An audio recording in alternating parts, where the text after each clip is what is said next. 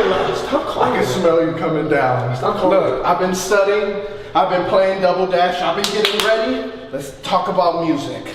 What song? Music, Eddie. Music? You're worrying about the wrong things. This is a tag team wrestling tournament. And besides, we're coming out to my song. That's it, period. There, discussion over. Listen, we can't worry about that tag team crap, okay? It sucks that we're a team anyway. Tonight, you have a singles match, and I have a singles match. That's what we need to put all of our focus on, and we can worry about being a team next week. Okay, we're not a team tonight. We're a team every night, Daniel. Every night! Just...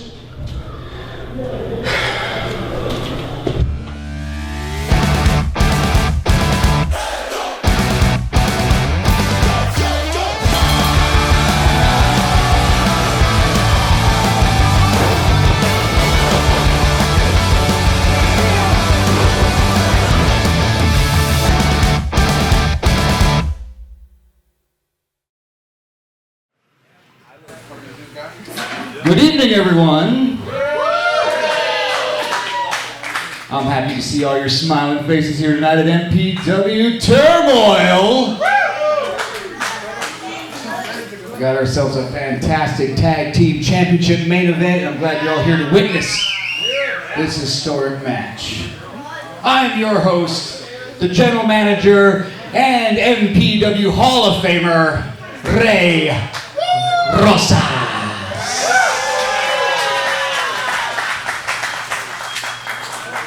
Whoa.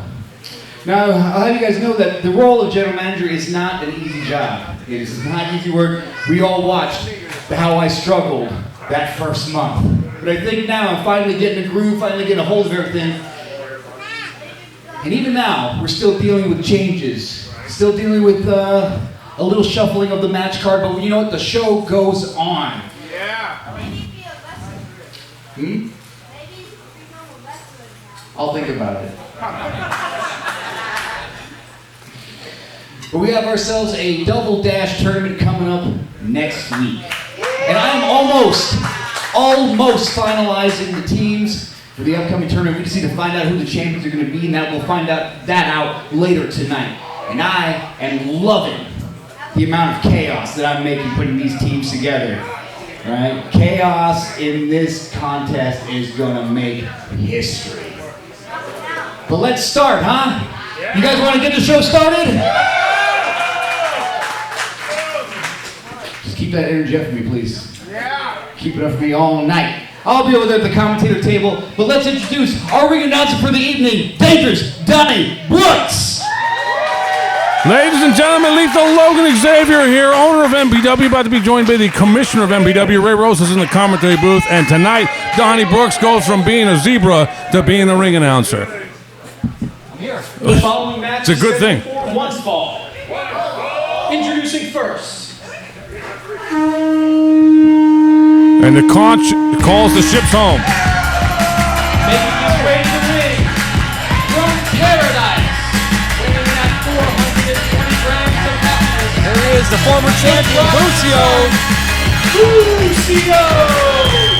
Wearing his traditional flower garb. You know where that came from? Did his grandmother knit that sweater or something? It has a lot of meaning to him, you know. I like that. I like that he takes a bit of his heritage, a bit of his culture, a bit of his family with him to the ring every battle. That's very true. Bucio is by far the American dream. Moved here from another country, became the world champion. I was proud that he was representing our company as champion. Well, and not so much now who are representing our champion now. Yeah, he did a great job with it. He defended the title multiple times. And as always, the crowd staunchly in support of Bucio.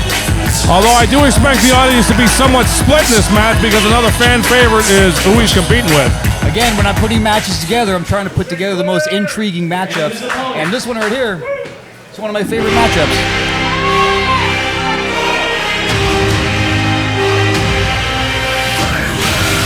Weighing at 207 pounds. Fighting out of Fort Park, California. The Iron Horse of Millennium Pro Wrestling. If Rey Rosas is the Hall of Fame gold standard, this guy is a close second. One of my finest proteges here at MPW. Well, and I don't think people understand that. I don't think people understand how much he went from protege to being your rival at some point, and you guys had so many classic matches. It was a real privilege to see him grow. Well, for being like a little punk to now being the leader that he is now, the ring general that he is now, taking after his old man Ray Rosas. Right, and people don't really realize this. There was a contest between the two in Moore Park during one of our last shows, in which after the match you got a promo that saved the company and actually got the company this arena. Yeah, it's that speech that got me in my Hall of Fame. Well, that amongst your multiple championship reigns and whatnot. All right, we got good sportsmanship here. Yep, for sure. Fans are lively tonight. Now, between you and I, there's 4 MPW World Championship reigns. You with 1, me with 3. But you've had championship reigns of every company you've been in across the board. You got 2 former MPW World Champions locking up right now.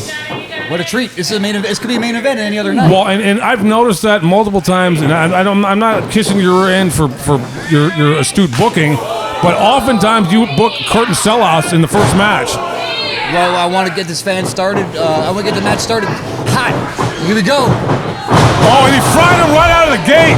That's usually later on in the match. He almost nailed it. That was almost quickly over with. You got to imagine these two know each other so well. They've trained together for years. Yeah. They've had tons of matches. Oh, we're about to fly. Bucio's going for the... Oh, my goodness. He changed it up there. I thought he was going for the Zimbalali, but instead he came through the ropes there and hit a tornado DDT. My gosh. That could end the match right now. And Sinclair out here with his hair from the Last Dragon, checking on Danny. He's throwing him in. This could be the end of the match right here. You know, Danny hasn't won a singles win since October. Let's get high already. Bucio. He's not trying to wait. He's not getting paid by the hour here. Whoa. Wow. Superplex. That was almost a fisherman superplex off the top. He had the leg hook, released it right at the end. Oh, man. These guys are not wasting any time going right after the high impact moves. Very, very short feeling out period, and they've been both trying to take each other out since then. Well, I mean, both these men need to pick up a victory to build up momentum for the double dash, and so that's why they're coming hot out of the gates. Well, all of them with something to prove here. Textbook backbreaker, man. I love it. And yeah, you mentioned the double dash. Bucio is teaming with Danny's friend, Cody Prince, former multi-time national champion. Danny, on the other hand, is teaming with Eddie Rohr. Oh. Let me tell you, I don't envy Danny being in that position. I've been in that position tons of times teaming up with Eddie Rohr. Yeah, well, you guys were the tag champions. You would know Eddie Rohr pretty much better than anybody in this building. He's been after Danny, kind of developed somewhat of a, I would say, kind of fanboy crush is kind of how it comes off a little bit. That's how Eddie is. He just becomes enamored with the guy, up and over, hitting the ropes, ducks the clothesline. Could be a satellite DDT, planting Danny in the top of his head. Every time Danny gets hit on the top of the head, I think he loses a few more hairs, and that's a drag. When he started, he had a full head of hair. He keeps getting DDT'd. Just pushing the follicles back into the skull. Right. Whereas Bucio's follicles are about, 6 inches away from his skull. This whole contest is a contrast in just between these two men. Bucio, smaller, scrappier, got a full head of hair, high flyer. Danny's a little more methodical. Likes to control the pace. Danny He's a little stronger. He's gotten much stronger over the years. Yeah, Danny reminds me a lot of a 1990s WCW version of Dean Malenko. He can wrestle any style. He wrestles technical. He can hang with anybody, no matter if they're moving fast or they're strongman or whatnot. But he makes the adjustments. I think that's one of Danny's biggest strengths is the fact that he's adaptable and versatile. Well, and Bucio, we saw him against Maximilian when he lost the title. Max was so much stronger than Bucio that when his high flying didn't work, it seemed like he didn't know what to do. There, getting out of dodge. Yeah, that was a smart move. He's catching his breath. See, that's what I mean about the pacing there. But this might have come back. Whoa! That was a 619 around the pole? The Tiger feint kick right there around the pole. So what is that, like a 9-20-12? 818. There you go. Double stomp. Yeah. Nothing pretty about that. Yeah, I mean, hey, it's effective. Bucio weighs about 155, 160 pounds right there, but he puts it all on the line when he comes down. Bucio had banged himself up so bad in that championship run that he was going through defending the title week in and week out, putting his body on the line. And again, with his size, he has to throw all of his body into each and every strike, each and every move. Right. And you know, there is something to be said about the busy schedule because we've had guys who were champions for longer period of times, days-wise, that didn't defend the belt half as much as he did. Well, you look at our current champion. Right. So the thing is like, did he burn himself out during that process? He took on all comers, G Sharp, Shane Haste. I mean, he defended the belt against a who's who, and then he ran into a 245-pound buzzsaw that power bombed him time after time after time. Yeah. Super kicks it, but right between the shoulder blades. Yeah, that was well placed right there because that's the area he's trying to work. It's a hammerlock with his leg caught in there. Look at his abdominal stretch. Yeah. Look at that right there. It's an abdominal stretch on the floor. You don't see that very much. And stretching the shoulder out by that wrist clutch on the backside. Is this something you taught him during maybe like a Wednesday night practice?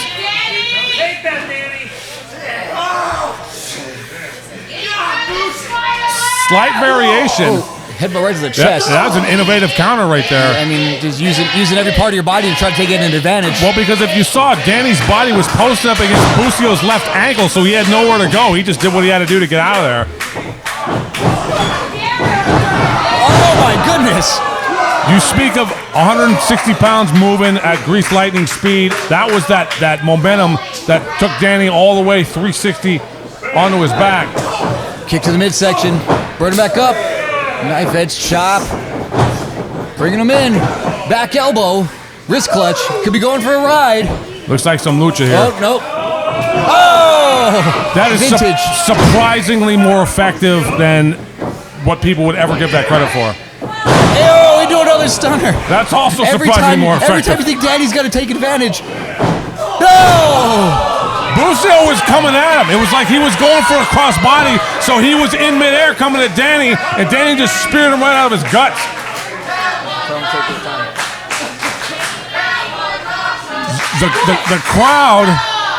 The crowd chanting that was awesome because of the action so fast and furious. And again, match one. Well, that's you tend to spoil people. You know what I mean? You know, I try to do a good job. I'm trying to keep my job. I think that's fantastic. You'll be employed as long as I own the company, and that'll be as long as I don't get sued out of my britches. But don't worry, we got a $2 million insurance policy. Come at me, bro. Second head, right back to textbook. Wow, that vicious back. Yeah, that was an angry counter right there. That was called. Bucio's trying to wrestle, use a basic wrestling move. You can just feel the frustration in that move. Yeah, well, look at Danny's face afterwards. Oh, that's a steel cable into that kneecap. Yep. Oh, is he going to go for his own knee strike? Oh, he hit it. That could be it. He might have knocked him out. Oh, and a 2 count. Oh. Danny trains here several days a week. He is the teacher here on Tuesday nights during the advanced class. You, of course, teach here on Wednesdays. I'm on Mondays now. Oh, you switched to Mondays? Yeah. Well, that's good. You should switch to Mondays if you feel like it. So, hey, Seniority's got his privileges. That was a belly flop right there. I mean, we got some pads here, but I mean these are. No, that was coming down from 8 feet in the air right on his there's stomach. very little they can do to help out there. That's Jason Flame's former karate match from his studio out there in Moore Park. If you live in Moore Park, I suggest you check out Moore Park Karate and Krav Maga, run by the great Jason Flame, another MPW Hall of Famer, along with myself, along with Ray Rosas. Yeah. The Mount Rushmore. Mount Rushmore, baby. Yep, the old guys. Seth Skyfire up there. Oh. There's that knee strike he was looking for earlier, and Bucio lands right up against the guardrail here. We'll call that a D trigger. There you go. Yeah. And look at Sinclair. Look at the concern on his face right now. I mean, he knows that he can't take Bucio lightly. They've been in tons of contests together. I don't even think they've had a clean finish. Yo, Inzaguri. Well, and again, how important is a win here for them both singles-wise? They've both been on a losing streak. Somebody's going to win. And going to that big double dash tournament next week. That's the Zimbabwe! Come on, baby! There it is. Said, come on, baby, butter biscuits and gravy. And there was nothing but net on that hold. You know, and again, Bucio could probably get the 10 count here, but he's going to get the pinfall or submission. He wants the win in the ring. He's a very integral man. And there it is. There's the appreciation from the fans right there, chanting both these guys. Going for the big froggy splash. Rolled out of it. Could be another satellite DDT. No, he's got super kick. Got it right on his forehead. Falcon He's done the deal. Oh. You know what saved Bucio there? The only thing that did, Bucio's head ended up on top of Danny's right leg. Yeah. So that was he could create a little separation between himself and the mat. If not, that would have been a pin. Listen to the capacity fans here. That's it.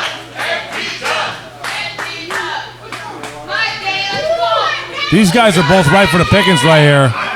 They were feeling it. Everything started. It's just accumulation of all the damage they've taken over this little match. Whoever hits the next devastating maneuver. Again, working those small digits. Finishing hold by taking. We're still trying to check the legality of that move. Well, hey, you're in charge of the review committee. I defer to you for all that stuff. We're still reviewing. I'm consulting. There you go. It's going through committee. with The referees. It's going at the speed of government. Oh, trading forearms here. And you and I actually both work for different government entities, so there you go. Bucio hitting those faster ones. Danny hitting those stronger ones. We'll see which one's gonna outlast the other. Enziguri. Oh, another knee. Yeah, he stopped him right in his tracks right there. Oh, Jesus. They're trading knees. You know, I'm glad I'm sitting here with you and not getting kicked in the face and needing a head like this. You know what? I'm starting to appreciate this. Yeah, it's great out here, you know what I mean? Flagged him out. Oh, third stunner of the match. Right against, like you said, the steel cable. People think the rope's like a rope and it's like gushy or something. No, it is a rubber tube surrounding a steel cable. With a very limited amount of tape on it. And I can say how limited it is because I bought the tape and I am a classic cheapskate when it comes to stuff like that. Bucio's taking a moment here to... His lower back is... Yeah, probably hurt because he took that stunner on the apron, which is known as the hardest part of the ring. Right, yeah. These kids like to fall outside sometimes. I don't think it's smart at all. He's going to get caught off again. Oh. He had that one scouted from earlier in the match. This is called being in the proverbial rock and a hard place right here. Oh! He caught him right in the armpit with that. Wow! Oh my goodness! That's a what? Canadian right on top of his head. It could be it. And a 2 count. Why does Canada get credit for that move when the guy who did this from Mexico? the P.D. Williams. Well, that's fine. I mean, great. We're gonna make that the Chatsworth Destroyer, I think. enough of the wrestlers here do it. Right? We got a "Let's Go Danny" chant echoed by chants of Bucio in between there. As we predicted, the crowd is split between both these fan favorites.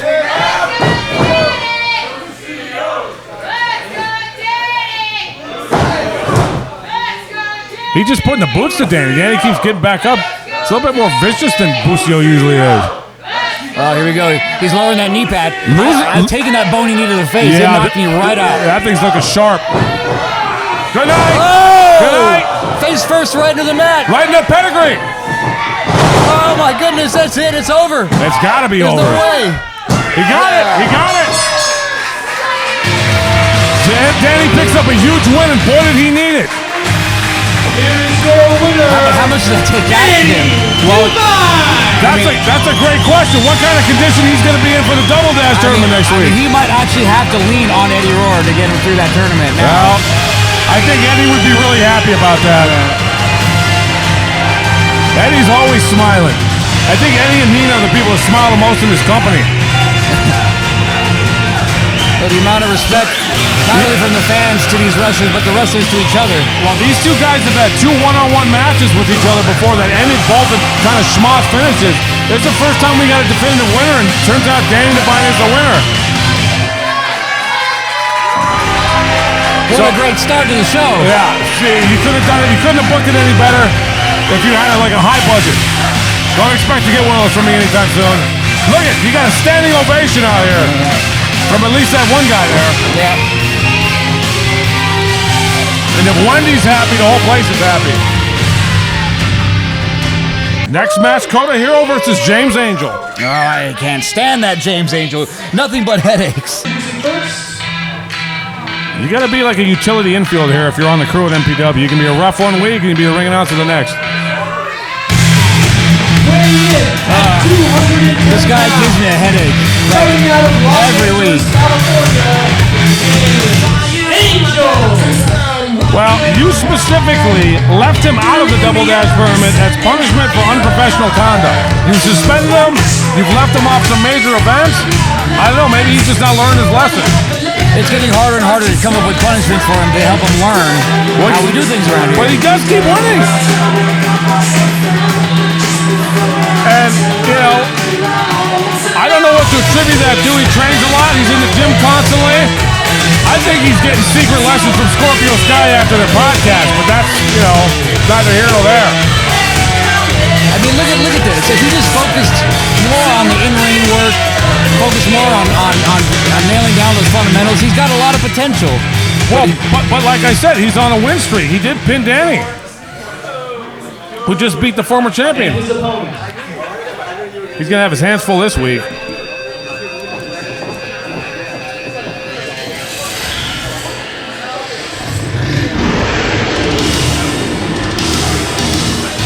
The Mountain Breaker.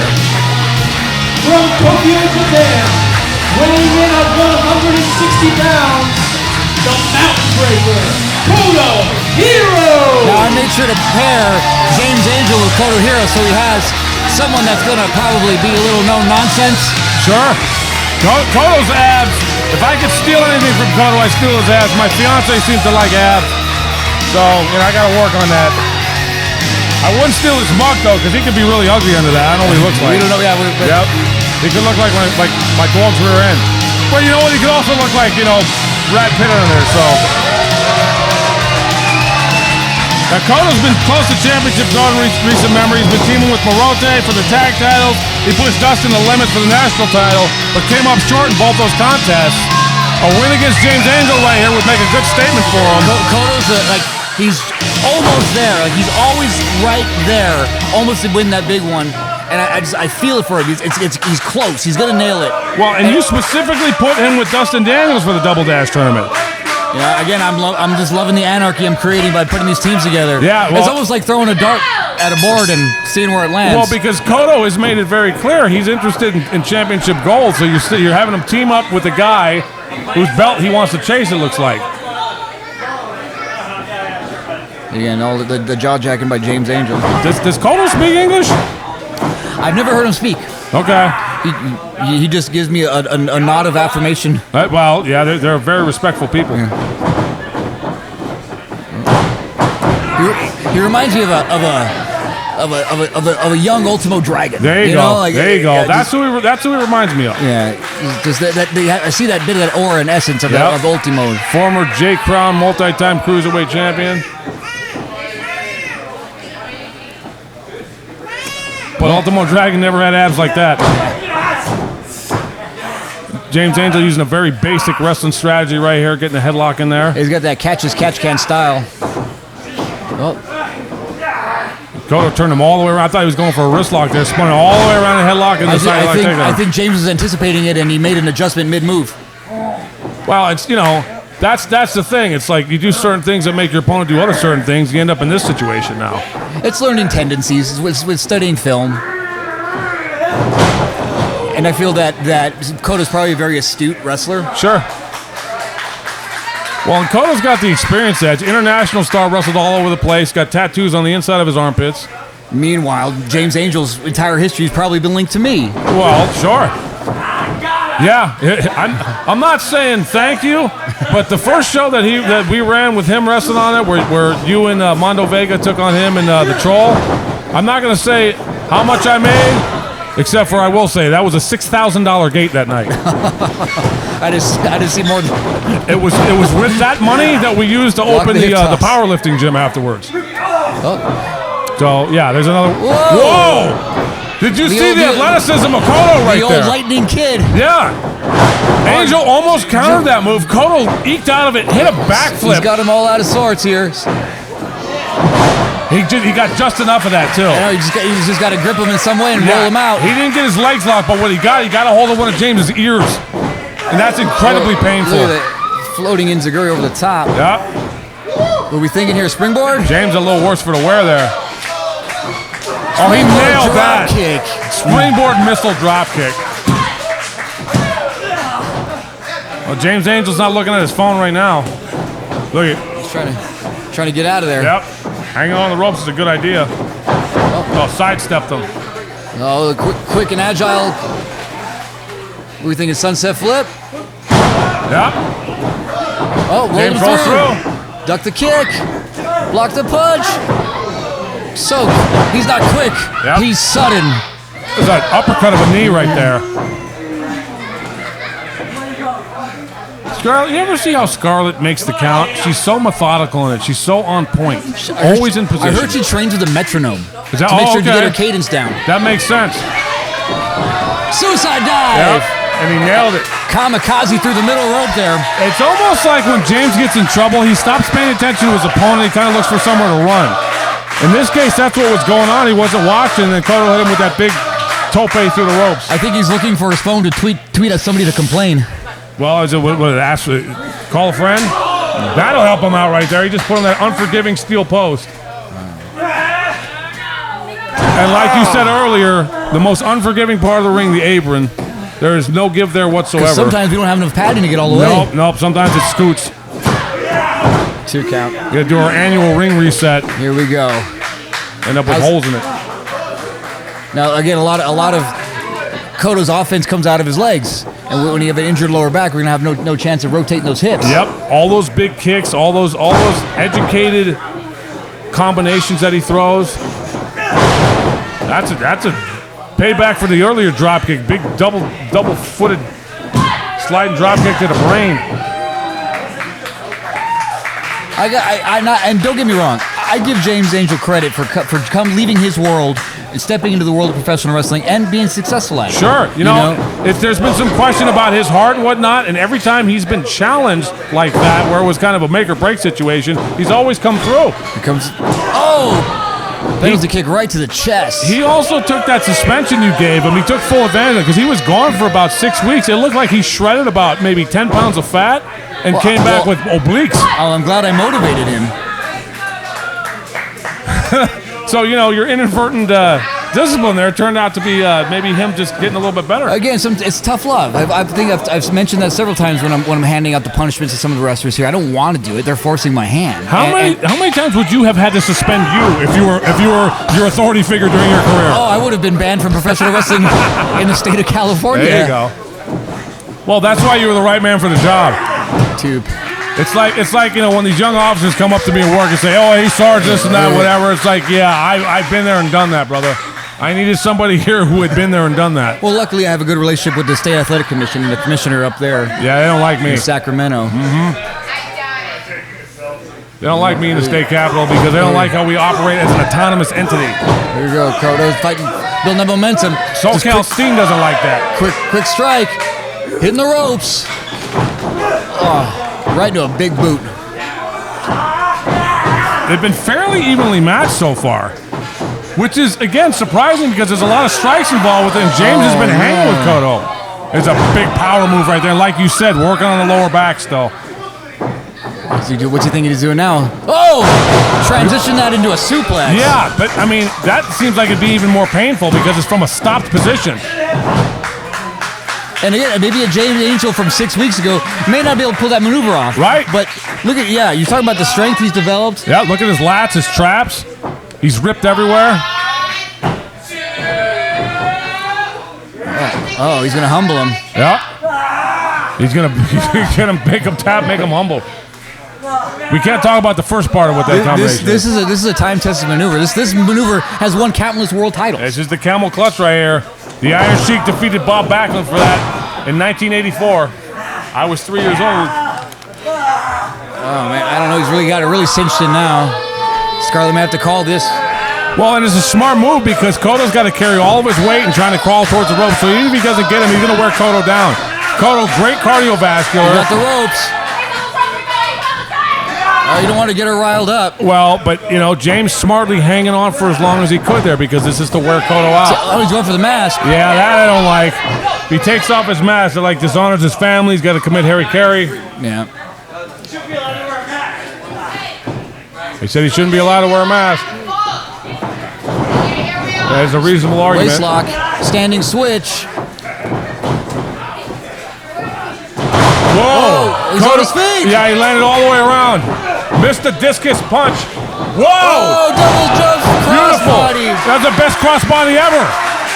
Tribute to Christopher Daniels was springing from the second rope up to the top. Into the crossbody press. Best crossbody ever. Here we go. Koto's fired up, building that momentum. Yeah, you know a thing or two about Christopher Daniels. One of my absolute favorite wrestlers to study and watch. Former two-time MPW World Title Challenger Christopher Daniels. He lost in the first main event to Frank Kazarian, who also defeated Adam Pearce in that match, and then Daniels challenged Tech 9 a year later, who was also Sliding defeated. Enziguri, could it be? That was almost it right there. That was really close. Well, and again, when the fans chant that was 3. If Scarlett says it's 2, I say it's 2. Again, she trains with the metronome. Her timing is down. That's it. Metronome, that's one of those things that goes in the grass, right? That scares away the pigeons? No, it teaches the rhythm for music. Oh, that's a garden gnome I was talking about. Yeah. Oh. Flew out at an angle slam. Out the back door again, Koto Hiro. Enziguri. He's got him right where he wants him now. You see how his mask is screwed up, though? Wow! Thunder bomb. That was pure power right there. That could do it. Dropped him right in that lower back. There was nothing behind that kick out. I think No, that was it. It was almost as if his body had like just exhaled right there at the last minute. It could have been a spasm, a muscle That's twitch. probably what happened. Well, look, I'll be honest with you. I've been knocked out in the ring before, and if they would have pinned me, it would have been fine, but they hit me again. They woke me up. That may have been what just happened to Koto. James scooping him up. Could be going for that flosion. Oh, went low. That's what he calls it? See, I'm so old I call it the Island Driver because it's Mo Joe used to use it on. Oh, look at that. He's getting kicked in those pecs. It's just pissing him off. This is unbelievable. There's nothing behind those kicks of that lower back Well, injury. and that's what you were talking about, is that he's not going to... There was no mustard on the hot dog. There wasn't that punch. Yeah. Maybe he should have worked on his lats, too. We all find out how tough we are until we get punched Right, in the mouth. that's it. What did Mike Tyson say? Everybody's got a plan until you get punched in the face. In law enforcement, everybody's a tough guy until they get the taser. Look, he's setting him up for probably the finishing blow here. Another flip. Koto has flipped out of about 4 or 5 moves that James did. Oh, that was tight right there. Suplex, dumping him right in the top of his head. You talk about exactly where you want to drop somebody right there, and he got all that. He didn't get a lot of height with it. He got precision. There wasn't a lot of velocity to do again because of that lower back. See. Yeah. Oh, look, he just fell. He completely fell. The damage has been done. That was Angel putting money in the bank right there by beating up that lower back all night long. Koto couldn't even stand on the top rope. There's still a lot of fight there. They're holding on. He's going for that mask again. He almost fell. Is that a DQ? If he pulls the mask off, is that a rules violation? In Lucha Libre it is. Well, very famously, El Chorizo Negro lost his mask like that years ago. Oh, there it is. That's going to do it.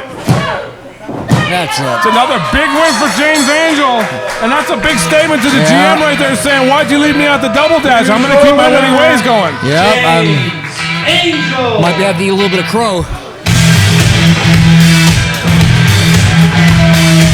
For as much as this guy gets distracted, he wins. I'm an ends justifies the means kind of guy. Again, it might have been a good thing for him in the long run for what I've done. Well, and the question is, how long until this guy gets a shot at some championship gold? He's working his way up the ranks. You know, it's a lot of assessment we have to make, but he's getting up there. Yeah, and here he goes. He's going to tweet out to all them Twitter followers. If you want to see James Angel's debut, watch the documentary House of Pain, H-A-U-S of Pain. It's available on YouTube for free. You can watch how James Angel came into this company and ran into the buzzsaw that was Ray Rosas and made me $6,000 in the process. You made $6,000? That was a $6,000 gate, brother. We drew 350 fans that night. And up next, we got a real hard-hitting match between J2 Mattioli and Brendan Devine. I hope the ring doesn't have to be reinforced that. We'll be right back. Yeah, stay tuned. Make sure this is a winner shot, okay? I'm a winner. It's obvious. okay? I beat Eddie Rohr. I beat Danny Devine. I beat Cody Prince. Ended him, okay? I just beat a freaking Power Ranger. Do you realize how hard that is? Trust me, I know. They want to see me win, not them, not Chatsworth. You want to see me win, okay? No double dash, no title shot. So I'm gonna stake my claim. The next time you see me, there better be some stakes. There better be some gold on the line. And I'm talking to you, Ray Rosas. I'm talking to you, MPW. Because this is absurd. And you know it. St. Clair. St. Clair, Bruce Leroy of The Last Dragon.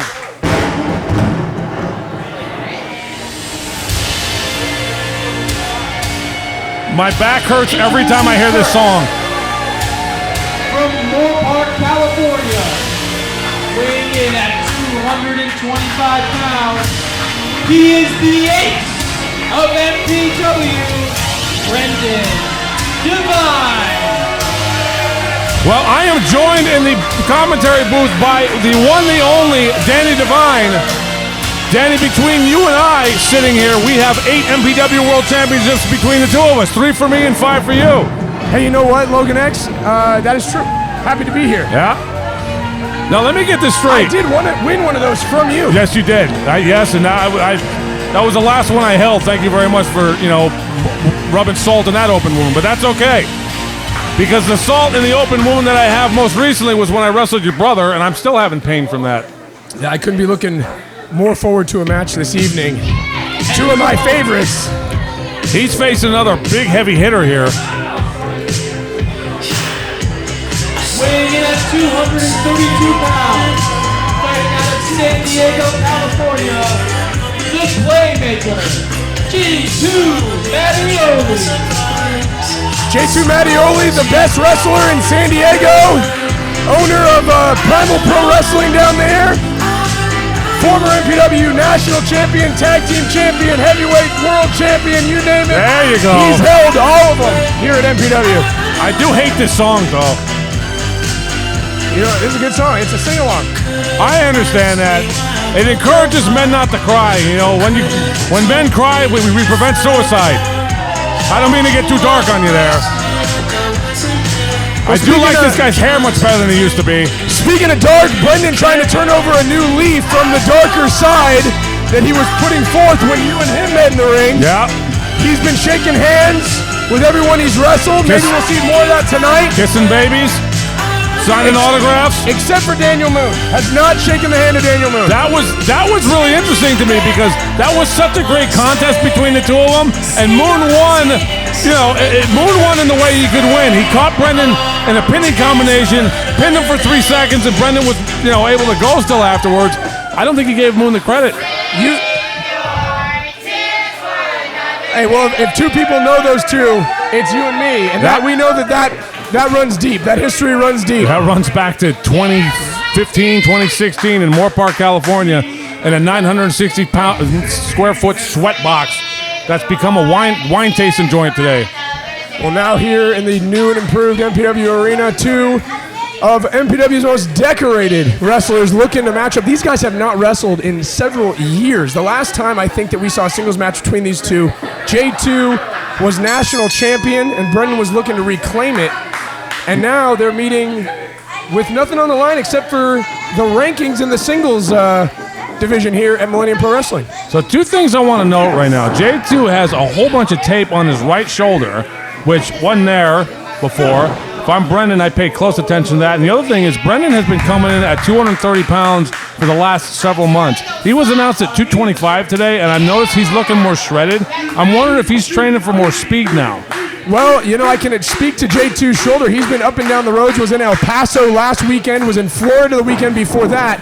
So he's been putting in the miles traveling as a pro wrestler. Brendan, we know, stays a little more local, but that might be to his advantage here. Well, especially because if he's training, kind of changing his body around and tweaking a few things, you're going to need to be in the gym consistently. Oh, that was 2 bulls. Yeah, 2 bulls ran into each other right there. Nobody moves. That's just 2 big guys, meat slapping meat. Over 400 pounds slamming into each other. Brendan using technique now around the waist of J2. J2 answers right back. Brendan trying to shake him off.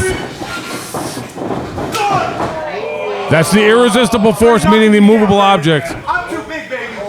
Similar to when me and my fiance get into an argument. Nobody moves. See, here's the thing.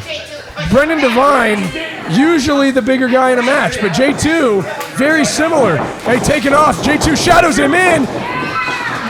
Huge discus forearm from the playmaker. In my opinion, the best striker in Millennium Pro Wrestling. Brendan out at an early 2, but what a shot from J2. Yeah, that kind of shook the whole ring when that happened. Brendan looks rattled. It's hard to recover from something like that. Again, dropping a hard elbow over the back of the neck of Brendan Devine here, right in front of the commentary booth.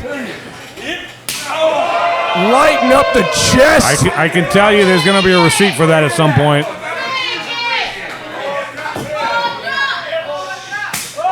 Something else about J2 people maybe don't notice a lot. He's got a lot of tape on his nose.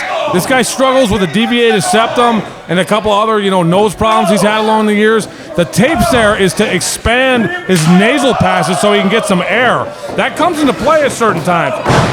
If Brendan clocks him in the nose and closes his nasal passages down, he's going to have an even harder time getting the air. Absolutely, but I can tell you the cardiovascular conditioning of both these men is exceptional, but that is a huge advantage that Brendan could exploit.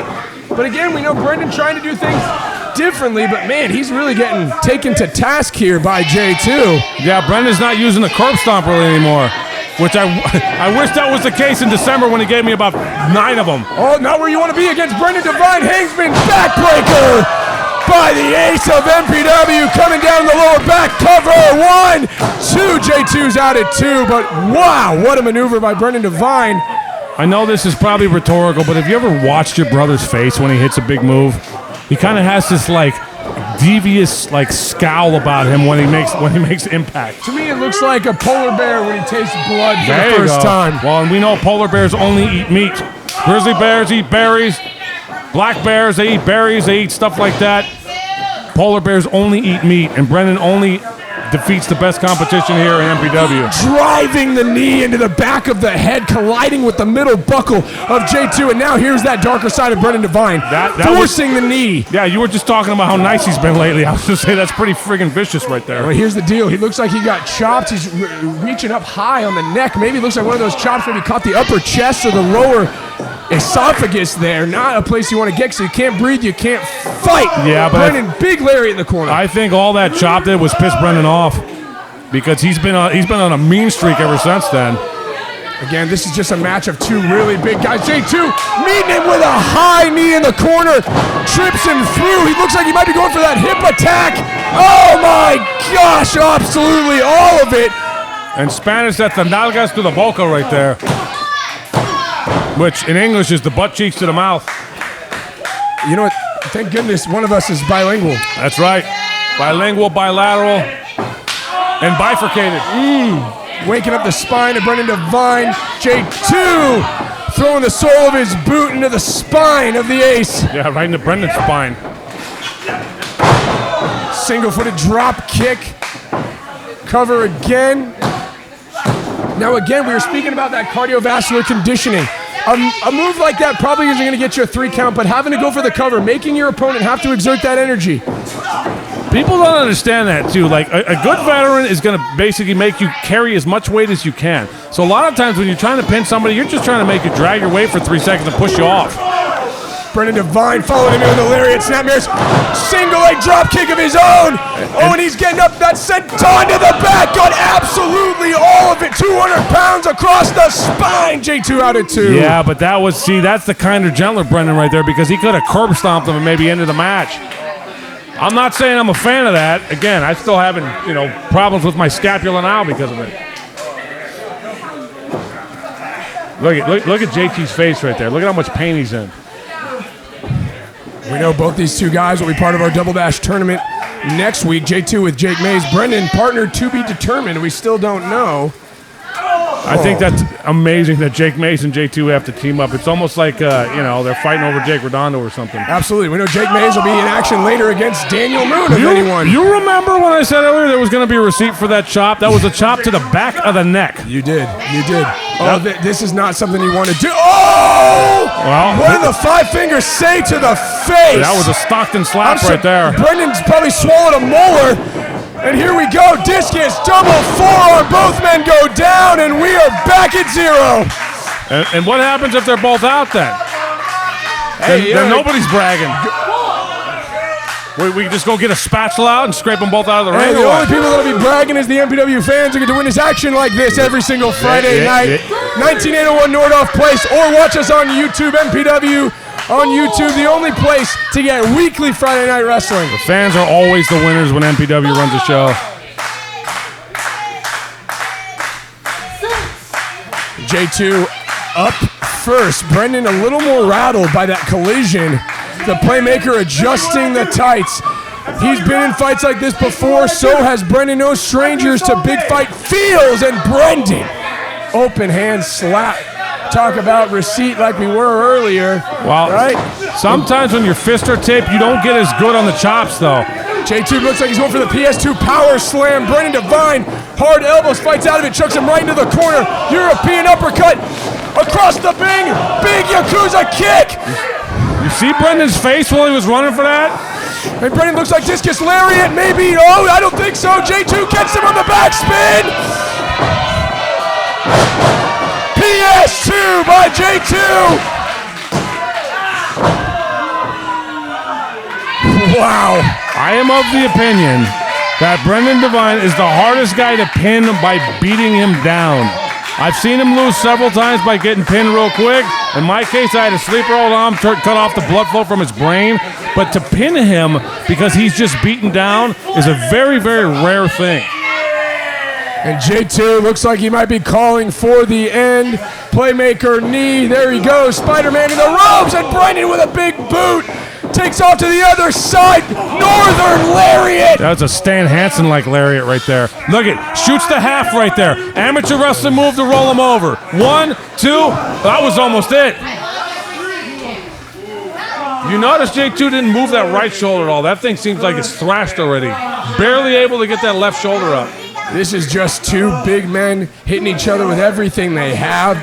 That Northern lariat, but J2 looked like his almost like dead weight. Brendan couldn't even turn him over. Oh, and there's that vicious side of Brendan slamming the wrist into the mat. Similar to somebody else who likes to pull people's fingers apart. Hey, listen, if it works. Hey, I won earlier tonight. It's effective. It's an effective move. Oh yeah, no, we haven't talked about that. You had a huge win tonight against the former world champion, who's kind of on a bit of a losing streak now himself. Hey, well, that's why I'm out here. Very anxious to see who wins this one, because you got to think that whoever wins this big singles match could be talking about title contention. Well, does that mean the winner of this is going to get somebody like you in the future? You know what? I don't make the matches, but I could say so. I would say that's a fair bet. Right. These two trading big forearms back and forth. Neither man giving any sort of quit. Yeah, but I don't think J2's has the same mustard on the hot dog that it usually has. Brendan Devine getting the better of it, but J2 telling him almost bring it on. I can take it. Rights and lefts, rolling forearm. Brendan catches him, looking for left on red or left for dead. J2's powering out of it. Nope, don't think so. There goes J2, playmaker knee. Caught him on the backside. He's signaling he's going to kill him. Oh, hey, there it is. Rebels end form to the back of the head. Rolling the big man over. Brendan Devine able to get out of two. Again, you know, Brendan does me well when I say stuff and he gives me credibility. He just took an incredibly large amount of punishment there and still kicked out of two. Absolutely incredible. You gotta catch Brendan off guard. You gotta get him in a small package or a backslide or something like that. A crucifix, a magistral. But by trying to pin him after hitting him with a move, he's too well conditioned right now. Looks like he's hooking him up. Playmaker lariat again. Here he goes. Brendan able to duck through this time. Hooks him again. Left for dead. J2 again swings it through. Playmaker lariat by Brendan. Did you see the impact? And there it is. Lariat. Hooks him up. Playmaker lariat. He might have landed right on the top of his head. And that's all she wrote. J2 Mattioli with an absolutely massive singles victory at MPW Turmoil. He did it exactly how I said he wasn't going to, too. I think Brendan landed right on the top of his head after that move. And that'll make you wish you were somewhere else real fast. Absolutely. Looks like he hit the back of his head on the way down. I hope he doesn't have a concussion or something. Will we see respect? Who knows? Just right down the middle.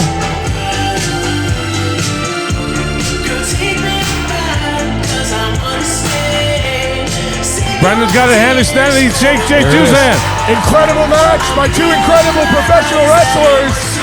Coming up next, ladies and gentlemen, Daniel Moon versus Jake Mays, the rematch from a couple of weeks ago. Excited to see that one. Here it is, Logan, my best friend, Daniel Moon.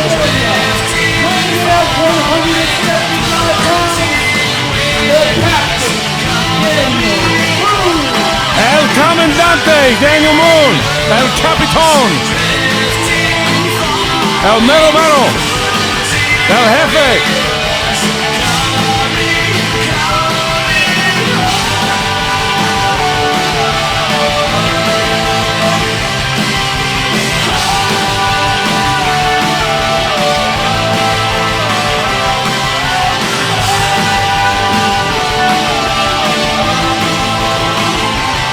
This guy is on a roll of rolls, and he's taking on the who's who here, but he pays for it every time he's out here.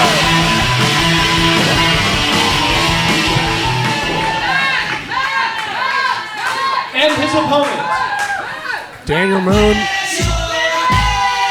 had a little bit of a rivalry with this young man. Vista, California, weighing at 170 pounds, the inescapable Jake Mays.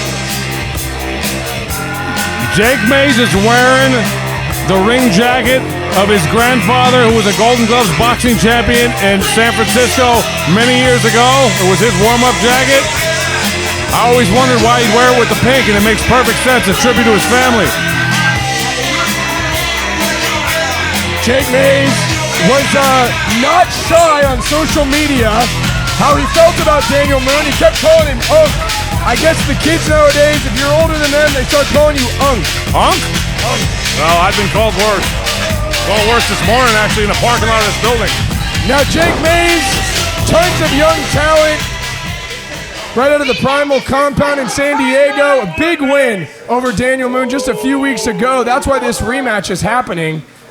And Daniel Moon, again, is a veteran, but took quite a substantial amount of time off. But I can tell you, in the time that he wasn't taking those bumps, he never stopped working on his body or his mind. No, he was training with Navy SEALs in the jungles of Guatemala. He was doing some executive protection with some very high-level clients. Comes back ripped, looking like 180 pounds of twisted steel and sex appeal. So the crowd chanting 1-1, hoping that Daniel Moon can even the odds here. Jake Mays ducking underneath the lock. What is it with this strut that this guy does? I don't know. It's like the billionaire strut, but nobody's got any money. I will compliment his fabulous mustache this week. Yeah, I thought he was in a bad mustache contest and he was going to win $100 or something. It's all right. Another lockup here. Now, Moon beat Che Cabrera. He's beaten Brendan. Every time he does, he goes through all this punishment to get there, and he kind of ekes out a win because of his superior wrestling moves. But Mays tapped him out. Mays submitted Daniel Moon. Well, I will give it to Jake Mays. I've seen training videos. I've heard all about him a lot. That's why we have him here at Millennium Pro Wrestling. Sure. He puts in a lot of hard work. He's very technically sound. But he's kind of a whiner, though, because he's been whining about Redondo not picking him this whole time.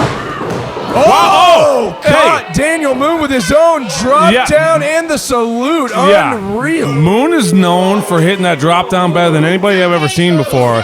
Mays just hit it right there, and Moon went down right on his forehead. He might have a mat burn on his brain.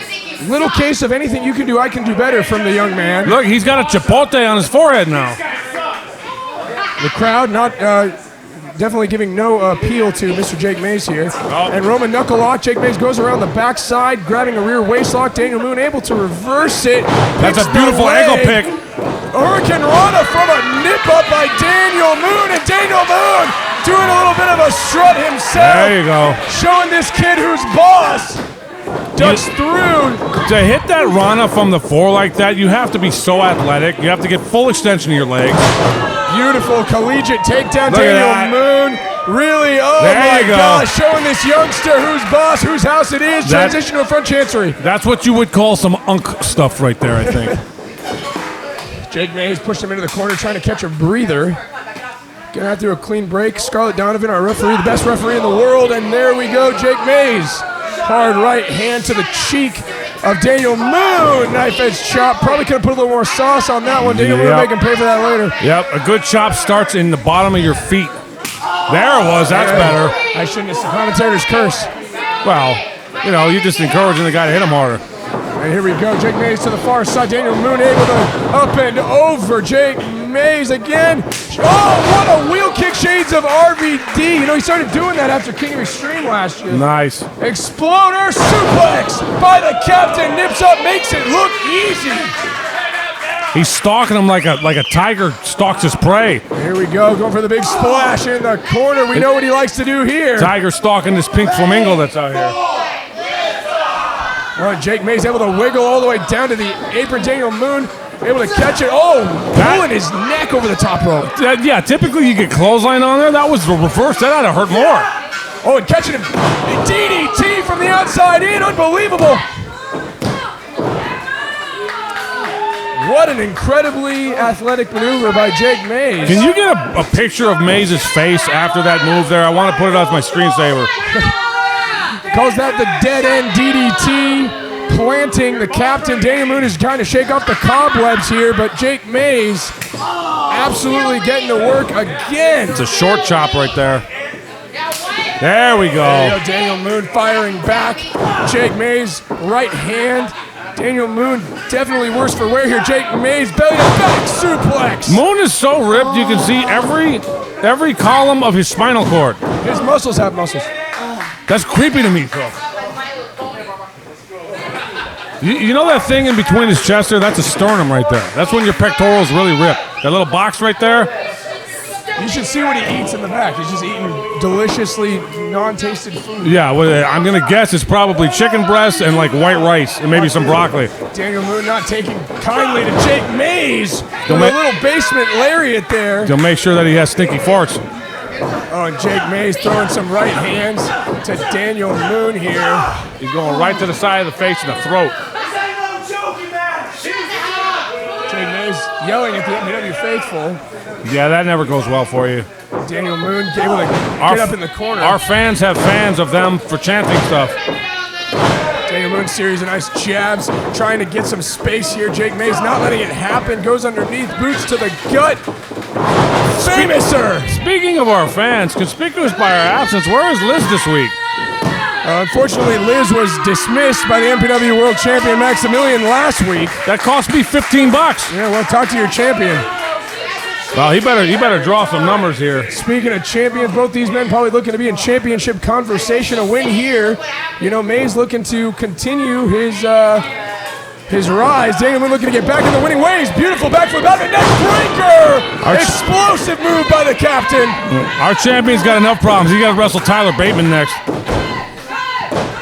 Couldn't agree more. In 2 weeks, Double Dash. Again, Jake Mays, we know teaming with J2 for Double Dash. Daniel Moon, we do not know who his partner will be. We know he's in the tournament. Jake Mays running into a high boot by Daniel Moon. Run into the corner. Daniel Moon once again able to beat him to the punch with a nice lifting kick. Cross body. Beautiful extension. Did you see how much extension he got? How much his body flew out there? It was like he was jumping out of a plane. Back to the jabs by Daniel Moon. Jake Mays looking to create some distance. Polish hammer by Daniel Moon. Big lariat. Daniel Moon building all the momentum that he needs. Look at his eyes. Going for that splash. Jake Mays had him scouted, tosses him to the apron. Oh, and Daniel Moon beats him to the punch. Moon makes me nervous every time he hits the springboard. Springboard. Absolutely phenomenal. Daniel Moon. He got all of that. Jake Mays out at 2. He's out at 2, but he's wishing he was somewhere else. Look at that face right there. That bad mustache is looking like a caterpillar more and more.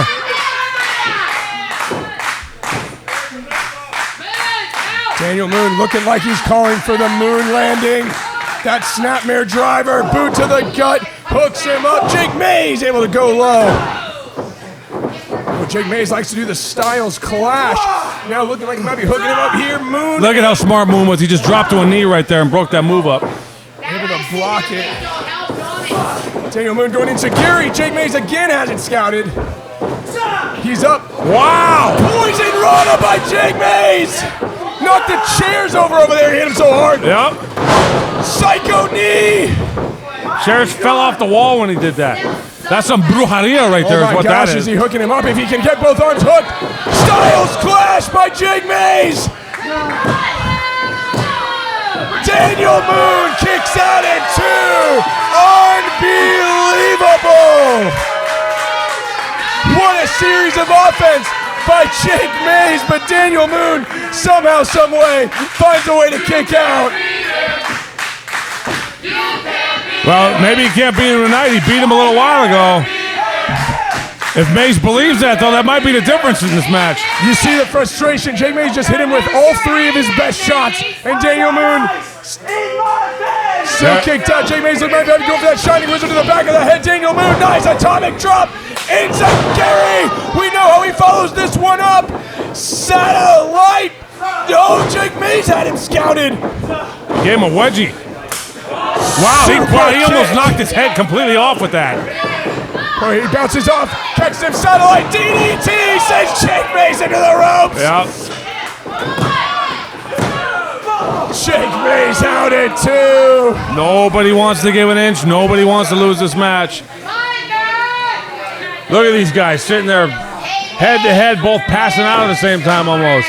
Mays is so worn down here. He's just trying to roll somewhere to get some space between him and Moon for a minute where he get a breather. You know, I'm surprised that Jake Mays hasn't gone back to that cattle mutilation. We know the last match between these two, he tapped Moon out. He's been trying to be more flashy, almost like he's trying to impress the captain. He also hasn't gotten to wear him down in the chest and the back area like he did in that match. He hasn't put money in the bank like he did to wear Moon down. Daniel Moon was looking for that steamroller, maybe going for his patented moonsault, rolls through, going for PK. Jake Mays again had it scouted. These two know each other very well. Ducked through, handspring, back elbow by Jake Mays. Now he's calling his ancestors. Well, what can we see here? Jake Mays lining Daniel Moon up in the corner. Oh my God, going for Stinger splash. And Jake Mays hoisting Daniel Moon up. Oh my gosh. Hit him with the steam riser. Are we going to see it? Daniel, moonsault by Jake Mays. Insult to injury right there. Hitting the guy with his own move sequence. And there it is. Hooked him up. There it Mutilation. This is how he tapped him out last time. Jake Moon, hang on. You were talking about it from your mouth to God's ears, and the Jake Mays on Daniel Moon's pectoral muscles stretching him out. His feet are almost near the ropes, though. Daniel Moon trying desperately. He just kicked Scarlett trying to scoot in the corner. Got to the ropes. He was so desperate to get out of it. His feet flinging around, he actually booted Scarlett in the back. Scarlett Donovan was in perfect position, trying to make sure she saw both of Daniel Moon's hands and his face in case he verbally tapped out. Mays is getting frustrated here. Made it to the ropes. You're speaking to that frustration. The young man throwing everything he's got cannot beat the veteran Daniel Moon. Oh, now these kicks to the side of the head, the arrogance of Jake Mays. Daniel Moon trying to stay in this. Jake Mays looks like he's favoring that leg a little bit. Could have even been coming off that springboard Jake Mays looks elbow. like he's calling for Daniel Moon's moon landing, snapmare driver. Oh, Daniel Moon able to send him face first. Hooks him up, snapmare driver. Oh, he got all that. And Mays is out of here. Hey, he got him. He got him. Moon avenges that big loss. Here is your winner, the Captain, Daniel Moon. And Unk proves why He's known as the captain around here. Incredible contest. Daniel Moon.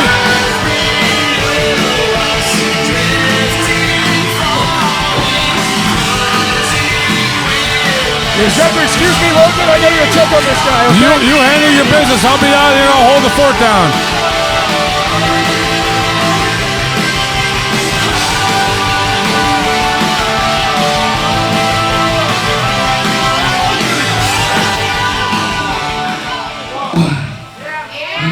It's a hell of a win for Daniel Moon here, avenging this loss to Jake Mays. 1-1, right? Now that we've made right with the record books, I want to make right with Double Dash. And I'd like to know, Ray, what do you have in mind for me? Moon wanted to know who his partner is. Pretty much everybody else knows who theirs is already. Calling out the general manager, Ray Rosas, MPW Hall of Famer. There he is. Give it up for our GM. I heard from the back, Daniel Moon eager to figure out who is he teaming with. As one would. Like I said, almost everybody else knows who partner is. It's only fair. Sorry, we were. I'm going to guess it's Marote. There's stuff going on in the back. It's a fair guess. I beat him up real good, huh? Great job. Congratulations. Thank you. Maybe you could trade him Eddie for... What did you do? I wish. So, as everyone's aware, our annual tag team tournament is right around the corner. And I'm here without a tag team partner. So, boss man, what are you thinking? These. Team GM? Huh? Who did you suggest? Daniel Moon and Chamber Donna would be great. Team GM is saying Ray and Moon will be a team. He might be tag champion by the end of the night, but I'll take him.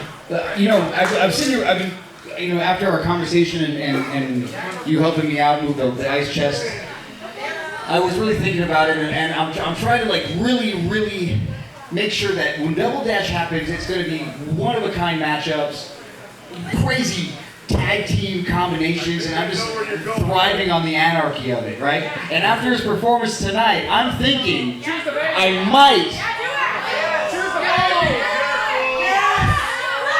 I was thinking James Angel, but I really don't like him. Oh, is he talking about James Angel? I'm supposed to be professional about it. Ray don't like James Angel. Not a fan. He's slowly winning me over, but I think it's going to take him a little longer. So I don't know if I don't want to saddle you with that. It feels like a Dr. Boy. One of the fans said, pick my baby. But then I had an epiphany. That's at the end of the sentence. That's one of those dashes with the period at the bottom of it, right? And I realized I can't just get you a partner. I need to get you a friend. I need to get you a pal. Maybe sorry.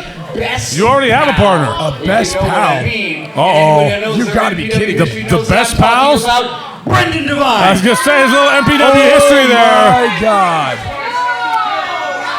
Are you kidding me? This is, what is this? Hashtag awkward? Holy cow. Ray Rosas channeling his early 2014, 15. The best pals. You guys are made for each other. I mean, look, that's a formidable team. If they're on the same page. Of Daniel Moon, the best pals.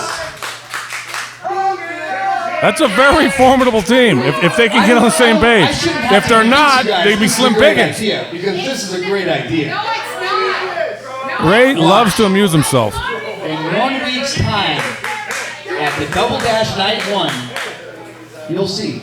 You'll see what I see. I have an eye for talent. That's why you're here. I told them to choose the baby. Bring it on. That guy's trying to pawn his baby off. It's not going to happen here, pal. We don't have a daycare program. Strategizing, and we're getting ready for Double Dash. Ooh. The idea is so good, feedback's occurring. Well, is it squashed? Can we do Double Dash? Will Brendan shake the hand of Daniel Moon? You mentioned earlier he has shook everybody's hand lately except for Moon's. The best pals, one of the greatest tag teams in MPW history. The chant "Hug It Out" is going out through the fans. That was kind of that was a high five. Don't mess this up for me again. Brendan, he's warning Moon, don't mess this up. Well, that's going to make next week even more interesting. Well, it looks like we have another team for Double Dash. Daniel Moon, Brendan Devine, the Best Pals will reunite at Double Dash Night 1. Don't miss it, February 20th, next Friday night. But coming up next, we got Chuck Mercer versus my tag partner, Eddie Roar. Your best pal, Eddie Roar. Just ask him. Looking sharp this week in the three-piece suit. Donnie Brooks took the call. I called him yesterday and said, I need a ring announcer. And he said, I'll do any job that helps the show. And here he is. Well, good. We got one of the toilets. The flapper needs changing. And here it is, Chuck Mercer. Speaking of the toilets need a flapper needs changing, there he is himself. The crowd hates Chuck Mercer. I think he hates the crowd. Who does this guy like, as a matter of fact?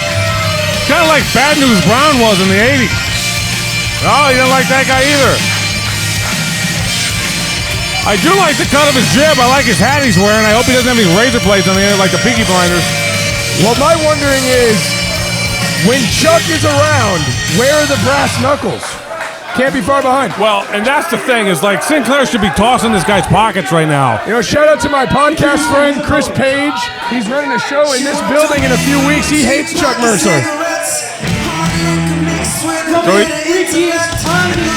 And his opponent, Eddie Roar. The Freaky Frog, Eddie Roar. Here's somebody the crowd doesn't hate. It's your best pal, Danny. Here he is. Eddie, put the hat on. Eddie, put the hat on. Put the hat. There you go. That's it. You got to support your tag team partner. There it is, Danny. You have to support your tag team partner. You're going to win this trophy together. Yeah. Now I have this hat. Eddie was announced at weighing 69 freaky-ass frogs. I think I'm going to wear this the entire match. I think you should. That's what we call good juju. And he just literally gave a Burger King crown to that child out there. Now, we are not sponsored by Burger King, but we will take your money, and then we'll put over the Whopper or whatever crappy sandwich you want us to. Just pasa la feria. And Eddie Roar, the Freaky Frog, the Big Game Hunter. There's all kinds of things that Eddie calls himself.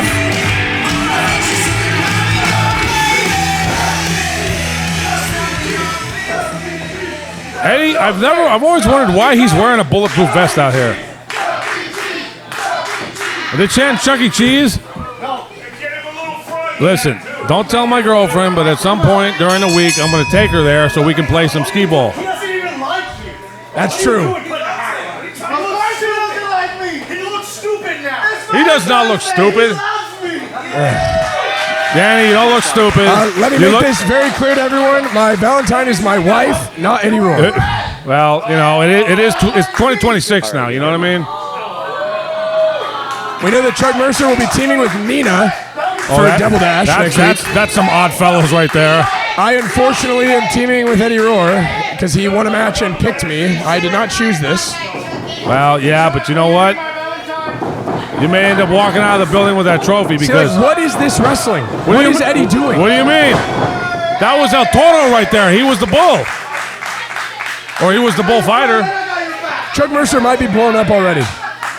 Especially if he's got those brass knuckles in his pockets weighing down one side of his body. Absolutely. Why is Eddie wearing pink tights? I've asked that question a number of times. They do make him look a little more slender, though. You know, Eddie Roar, again, both these men, former champions. Chuck Mercer, now Chuck Mercer grabbing the hair of Eddie Roar. Yeah, it's because he's jealous. Very because typical. Oh, there it is. See, hey, what's good for the goose is good for the gander. They're calling for a truce. 1, 2, 3. Nope, Eddie not letting go. That is not honorable, Eddie. He just snap-married him by his goatee. See, what is he doing? Well, I mean, he's winning the match right now. Right? I mean, look, his opponent's down on one knee. He's over there celebrating. Can you take this seriously, Eddie? Let's go. Chuck singing soprano right there. You're making me look stupid. Danny, I got you. Oh, jeez. All right, there you go. He's got you. See, pay attention. I mean, at some point, Chuck was going to resort to the fisticuffs. That's just his gimmick. Chuck Mercer, not really. But Chuck Mercer now again hitting off the rope. Looks like going for a big forearm duck, swing and a miss. Eddie Roar Yeah, he sent to hit the apron, able to hang on. Nice shoulder check to the gut. Eddie now rolling off the back. Nice athleticism, springs back, cross body. Eddie Roar, beautiful.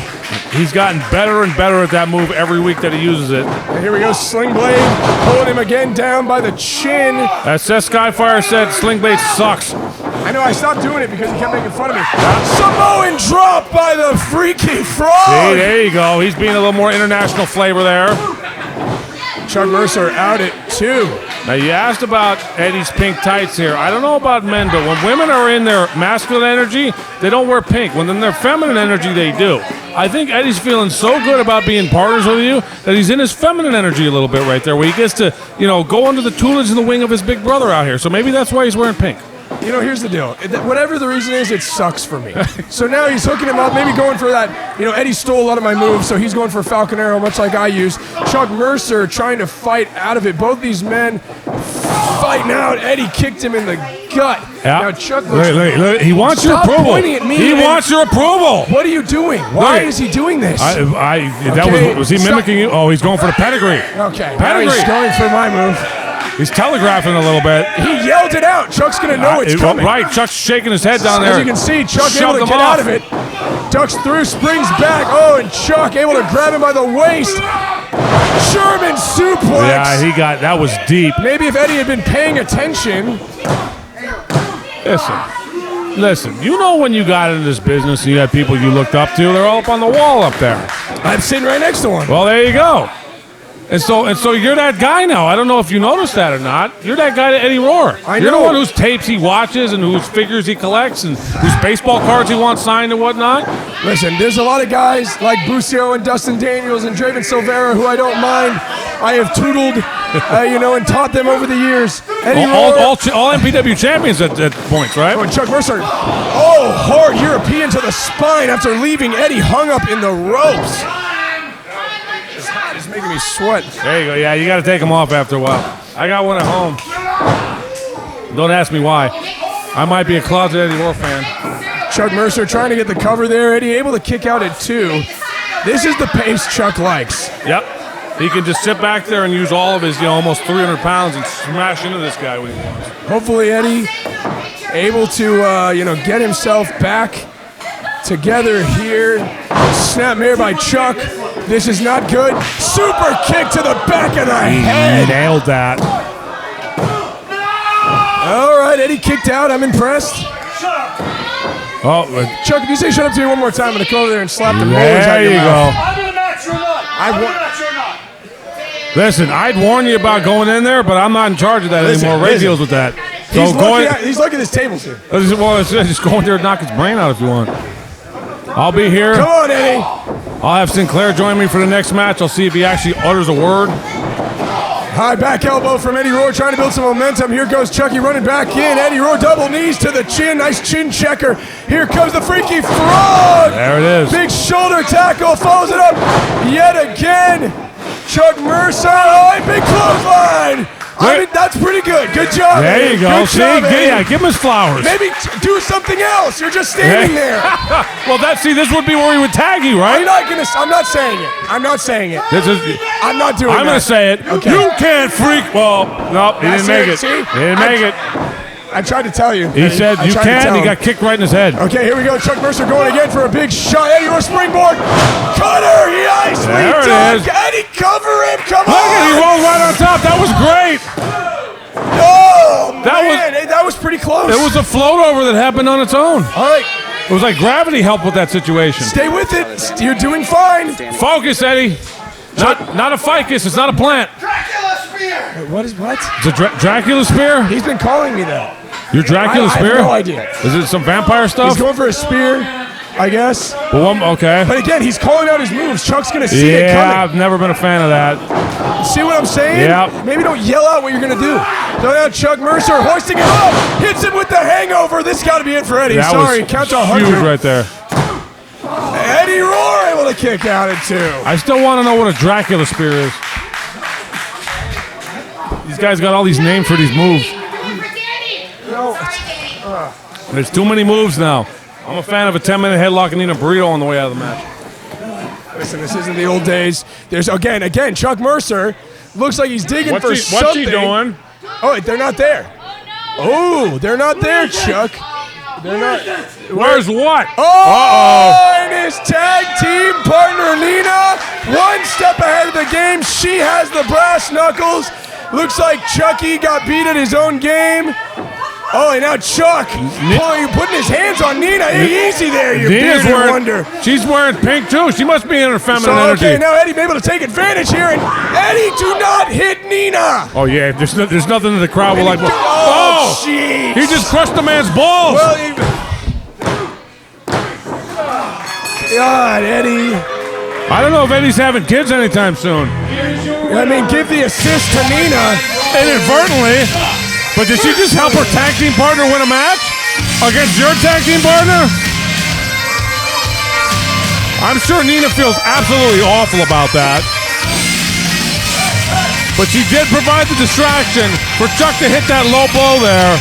And poor Eddie has disappointed Danny yet again. You know what? What are you doing? Just get in the back. Poor Eddie. I don't know what to do here. What to do with this? You know, it is what it is. Maybe you grab those brass knuckles and you crown everybody. I don't know. It's 4th down. Maybe you just punt. You suck, Chuck. I gave you a cool name. Everybody go to Chuck E. Cheese and they like it. I don't know what the hell he just said. What he just said. Eddie, let's just move on. You're right. That wasn't cool. I'm sorry. There's no way. Chuck's apologizing to somebody? What is this, April Eddie, Fool's? just go in the back. Just go in the back. There it is. That's it. Chuck beating down Eddie. Danny coming in there to save his tag team partner. He threw the hat in. Danny Devine saving his protege, his partner in the Double Dash tournament, and the man who'll be singing soprano for a while, Eddie Roar. We got Nina and Chuck out there. And look at Eddie's happy as a clam. He don't care he lost. He don't care he may have just lost a testicle. He's just there with his buddy. Look at him. He's putting the froggy hat back on Danny. Yep.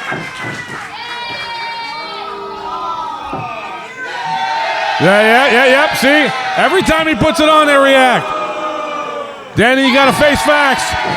You got to give the people what they want.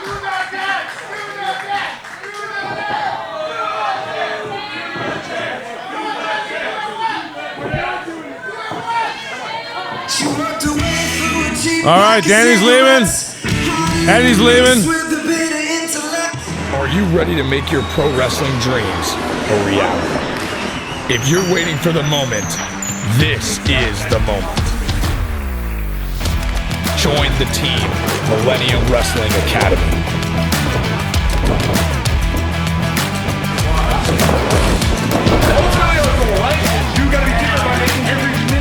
Welcome to the MPW Arena. You are ready. Start your journey today.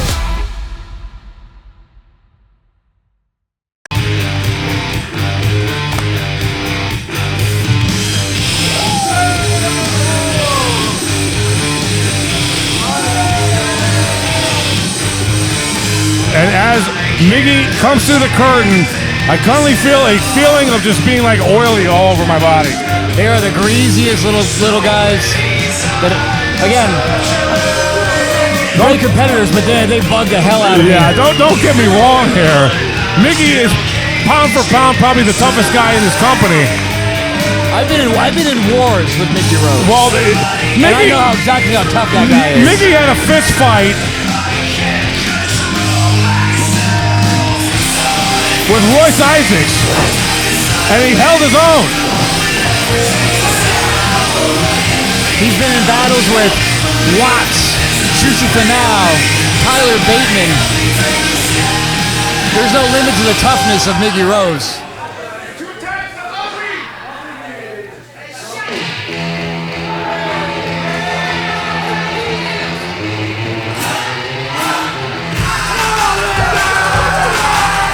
Okay, now, this is a bit of an odd situation here. Well, Boa wasn't cleared to compete. Yeah, and nobody's talking about why. I'm wondering if the Heartless Kings found him, getting out of his car or something. So Redondo steps in here. It's kind of like this utility infielder or something. But what a great opportunity for him to step in and become tag team champion. Well, but what position does that leave Boa Silva in then? That's something we'll have to figure out if and when these two win the tag titles. It'll be like Demolition. We're gonna have Axe Smash and Crush. Or like the Freebirds. The Freebird rules is a valid rule we have here at MPW. Sure. Yeah. Well, that was because I was a tremendous fan of World Class before this thing started. I hate this song. Actually, I love this song. Listen, I know all the words. I can sing it to you right now. Listen, I want to know who this Heartless woman was that made everybody so sad. Because men need affirmation. Men need approval like women need security. Logan X101 right there. There they are, the champs. By hook or crook, the champs. Hey.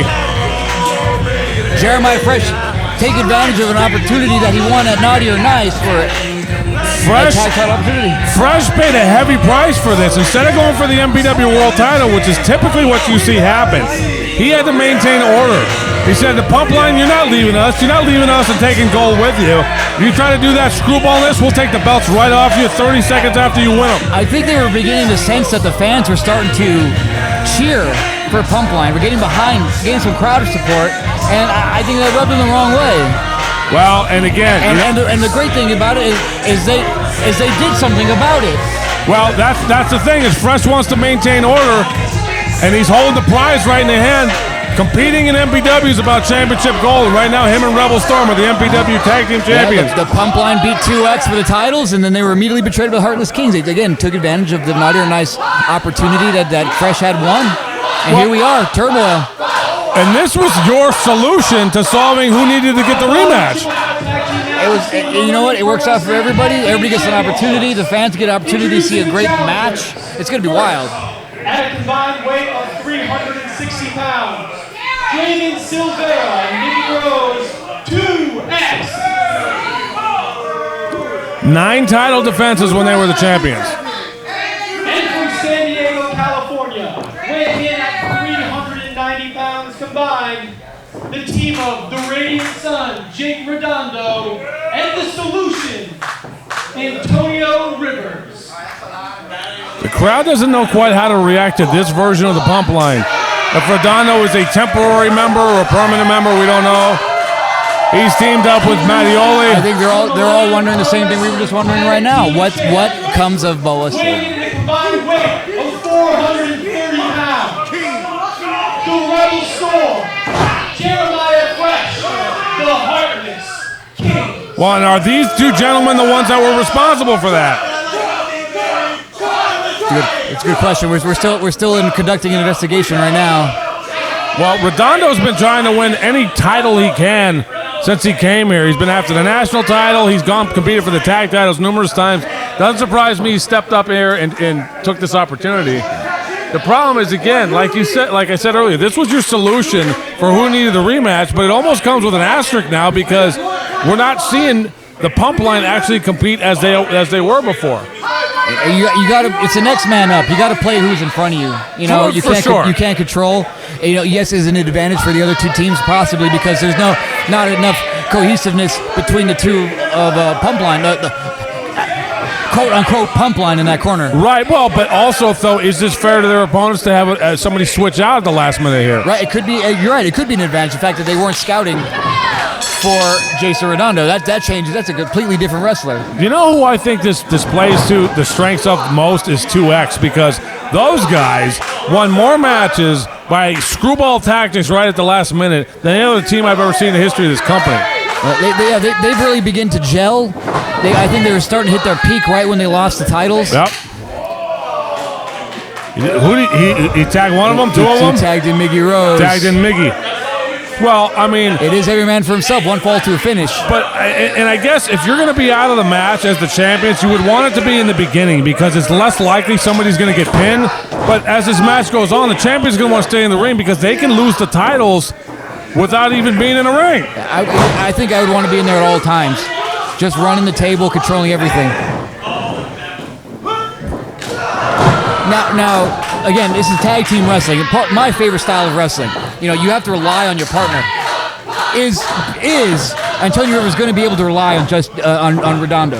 Well, and Redondo's a second generation good kid, full of integrity. I just called him his dad's name right now. Yep. These fans, I never thought they'd be behind who were members of the Heartless Kings like that. Here comes Rebel. He take that eye patch off. Textbook arm drag. Oh wow, that's a Ricky the Dragon Steamboat arm drag right there. Beautiful dropkick. See, that's the great thing about Redondo. Being a second generation wrestler, fantastic fundamentals. I knew this kid when he was in the ring, running around with his father when he was about 4 years old. Line tag there. Draven Silvera's in there. Bengal Terrace Park and Recreation Center in Oceanside, California. California Championship Wrestling. Me and his father were on the show in 1999. Well, springboard clothesline. Draven has improved so much in the last year, too. And it's been since under the tutelage of Miggy Rose. And I hate to give credit where credit's due like that, but Miggy has been a tremendous mentor in terms of, like, he was this, like, up-and-coming rookie. And he's improved so much. He's not even wearing that shoulder brace he usually wears. It's just a false sense of security at this point. Another tag. The big man's in there now. Whoa! He just backdropped the big man. The bigger they are. Yeah, hey. No, this is getting... Well, see, it's the unpredictability of a triple threat match, triple threat tag team And the match. bottom line is, again, I've said before, this is a 16 by 16 foot ring. Inside the ropes, it's 14 by 14. And so, going for that knee. So what that results in is a lot of people ending up in the corners at different points. And you can stick your arm out. There's not a lot of areas you can be where you don't get tagged. If you want to make sure you don't, you better stick in this one neutral corner that's out there. Oh! That was a veteran chop right there. Right hands off the ropes here. Tag. Does that count as a tag? Right? Yeah, that's a great question. Alex Donovan didn't see the signal. See, and the Kings, they're flipping out in the corner because they could have lost the belts like that. Yeah. It would have been their own fault. Yep. How many times do you think you're going to see Draven Silvera and Mr. Redondo here wrestle over the course of the next 10 years? I mean, they could be future main eventers, future world champions. This could be a beginning of a rivalry that lasts for years and years and years. Future of this company, right? They're had completely different starts, completely different backgrounds, but they could have a fate that's intertwined, and it may be starting right here, right now. Right. Shoot him in the in a match that Jake's not even supposed to be in. Yeah. And now he's in there with me. I admire the fact that he stepped up to the plate. Yep. Well, you know, hey, take advantage of the opportunities that are given to you. And Miggy Rose will do all that. 2X was upset that this was a triple threat match in the first place. They felt like they should have just been given the rematch straight out. I mean, they had a valid argument. So did Pumpline. The fact that Pumpline didn't get chances to complete their championship contract with the rematch clause. Sure. Well, because there was no time to get any ink dry on any paper. They didn't even get out of the ring. They're in the middle of their celebration when they lost the belts. Now they're showing why they were tag champs for so long. In and out, keeping each other fresh, isolating in the center of the ring. That's what they did better. They would isolate guys in their own corner and they would double team. But look at that. See Redondo back into the corner there. Look at what a strategy that he tagged Draven and not Redondo. Right, because he wants to come in with an advantage. And here goes Rebel. You know he's going to take a cheap shot out there. It was impossible to think Rebel was going to be in there and do the honorable thing. And, valiant effort there. Valiant effort there by the Solution to try to get in there and throw fisticuffs with Fresh, but that's not a good idea. Antonio Rivers just outgunned in that particular endeavor. Now, I would imagine, again, I signed this match as triple threat. Most triple threat matches are no disqualification, no countouts. Sure. Well, again, we got what's called referee discretion here in this company, and we always have our refs that have their own brain. Sinclair being the best example of that. I don't know if you know this. The guy went to Harvard. He's got a 189 IQ. He just don't talk much. Saves his words for when it's important. DDT. He scamushed both of them right there. He switched his momentum there and caught him into double DDT. Now, he's got to get out of there, but if he's picking, he wants to tag Rivers. You tag 2X, then you take yourself out of the match. At this point, you have to tag your partner to your team get the win. And if anybody knows how the Heartless King operate, it's Antonio Rivers. And here he comes. He's going to hit a whole bunch of moves here, if I'm calculated correct. He's been over there getting pissed off on the ring apron.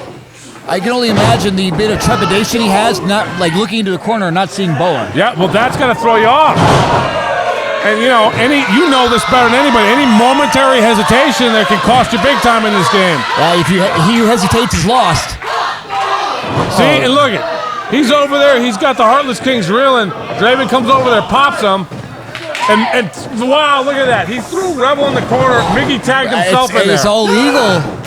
Oh, crushing him in the corner. Little poetry in motion. 2X had this thing scouted amazing. They're probably the most prepared. They're probably the most prepared team in the match. Yep. Well, February 20th, Double Dash Night 1. All these teams will compete. You got Chuck and Nina. You got J2 and Jake Mays, Dustin Daniels and Koto, Hiro, Bucio, Cody Prince, Danny Devine, and Eddie Roar. And the team I just made. Well, Brandon Devine and Daniel Moon. Yeah, that's that. You talk about shaking the snow globe up. I think that's your favorite thing to do. You know what? I follow a lot of rules. I'm very rigid when it comes to MPW. I think Double Dash allows me to just relax a little bit on that. There are some fringe benefits to being the guy who makes the calls. Not a lot of them. Paycheck's definitely not.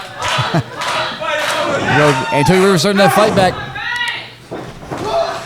Oh! Fresh diving down there to take him down. And look, Scarlett saw it. She's not even admonishing because, like you said, no DQ.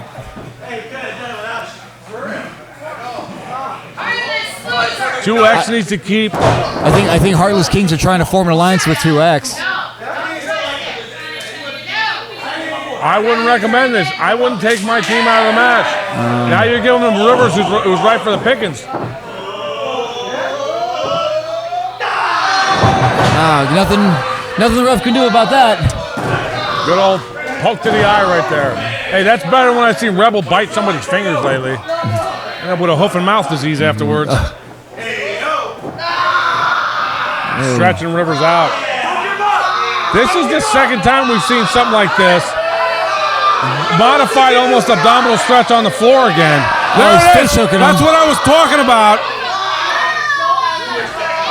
I've never seen that like that in a wrestling ring. Never mind. My fiance is overlooking at me right now. Desperation hip toss. Rivers was crawling for a tag desperately. Look it.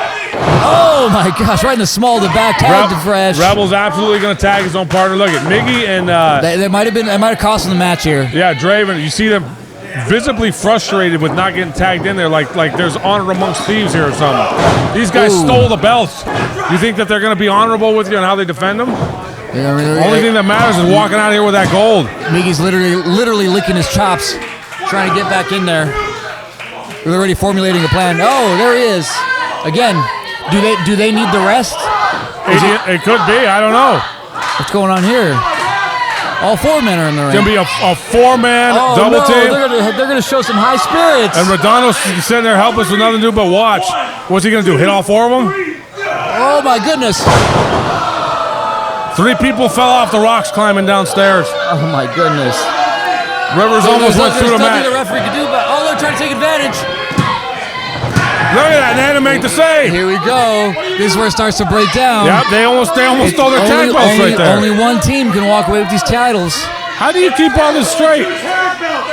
They're arguing with each other. Rivers is rolling towards the corner. Nobody's paying attention. He tags in Jake Redondo. Oh my, here we go. Redondo. He's about to clean house. Redondo versus 4. And so far, he's doing okay. Oh, he insecure Rebel. He knocked a tooth out. He's in for Miggy. DDT. He's got the other two stacked in the corner. Here comes Fresh.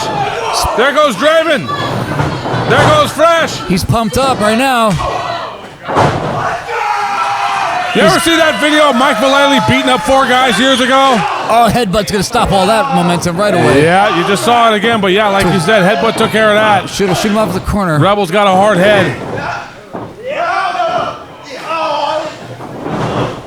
3-quarter roll, I love seeing that. Oh, dropped him right on his bean. With the German suplex. Could be a... Here comes Antonio. Stunner. Slingshot stunner. Now who's legal? I have no idea. I think the referee has no idea. Redondo, big dive over there, taking Fresh out. We got Rivers. We got Miggy. We got a dead Rebel. We got a Redondo with a... Oh, he leg dropped him. It caught him right in the front of his face. That rope came back in his face. Flying elbow right there. Just a 2 count. Again, it's mayhem right now, and I'm loving it. Oh, yeah, this is your cup of tea right here. This is somewhere where you do something like Draven right there and pull the man right off the apron. They can break the rules all they want because I allowed them not to have any rules. Well, then I guess, it's when in Rome, do like the Romans. I think 2X has the advantage here. And that was the end of that alliance for sure. Yeah. I think Rebels could be going for that glove spike pile driver. That's got to be it. They're going to take the titles back right now. That was their finisher. And Redondo with the breakup. That's the only reason this match isn't over with. Saving the match for his team. Saving the match for Bo Silva, I guess. Yeah. Well, yeah, I guess we'll have to figure that out. Miggy on the outside. Whoa. He backdropped onto his own partner. They tried to catch him. They're both out there. Here comes Jake. What's he gonna do? High flying, high risk. Oh, like a suicide double clothesline. Yep. Ramming the 2X right into the guardrails. He looked like Superman flying through the air right there. And Rivers is on the top. Setting him up. Fresh tried to break that up, but unsuccessful. I think Fresh made a tag. What is this now? Draven's the last man standing in the ring with both Heartless Kings. He made a tag. He made a tag on Antonio Rivers. That's it. They retained. Oh my. Jeremiah Fresh. The heads up play.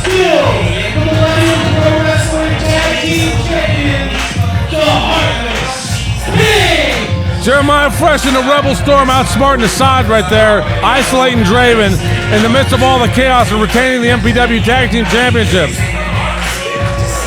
And this kind of cements they've got no clear #1 contender right now. Well, we'll figure that out next week. Yep. Starting next week at Double Dash Night 1. Huge ramifications. And the guy I feel the worst for a while is Boa Silva. This poor Heartless woman. She broke Rebel's heart. He's had that Scooby-Doo face ever since then.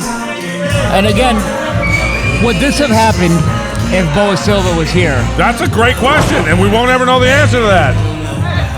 I'll have to reevaluate the opportunity. There you go. Redondo, valiant effort for stepping up.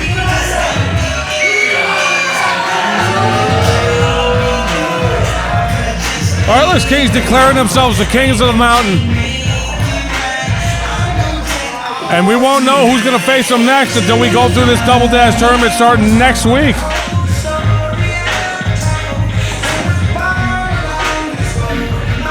And that has been our show this week. For myself, Ray Rosas, the great Ray Rosas, Hall of Famer Ray Rosas, and the 5-time MPW World Champion Danny Devine.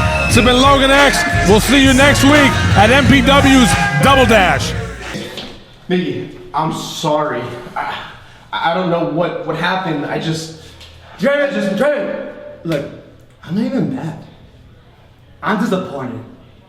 You let me down again, Draven, and I told you you needed to bring it if you wanted to win. Hey!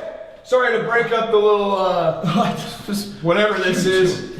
got some bad news for all of us. You and me are tagging next week in Double Dash. No. He's lying. That's a lie. That's my type of I'm not lying. He's not lying. He's not lying. No, check that out. No, I made Are you that kidding team. me? Yeah, I decided to put the young guns together because I thought it was gonna be a good matchup. I want anarchy in this Double Dash tournament. I want chaos. I want it to be totally wild. Let Ray Roses let his hair down for once.